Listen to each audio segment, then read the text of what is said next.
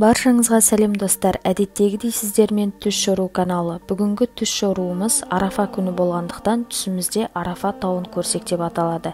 Әрине, Арафа тауын көру барша адамның арманы. Себебі пайғамбарымыз Мұхаммед саллаллаху алейхи уассалям кімде-кім Арафа тауында дұға жасайтын болса, оның дұғасы қабыл деген. Сондықтан да Алла тағала Арафа тауын түсімізде емес, өңімізде көруді нәсіп етсін.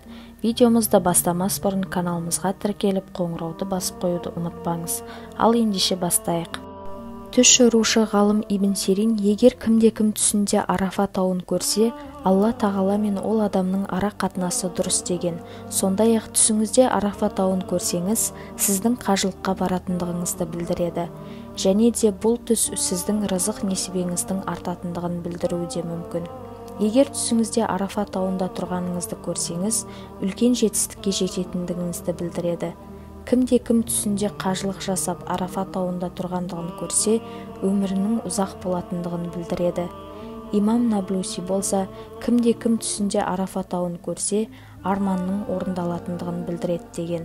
Қарыздар адам түсінде Арафа тауында тұрғандығын көрсе, жақын арада қарызынан құтылатындығын білдіреді деген.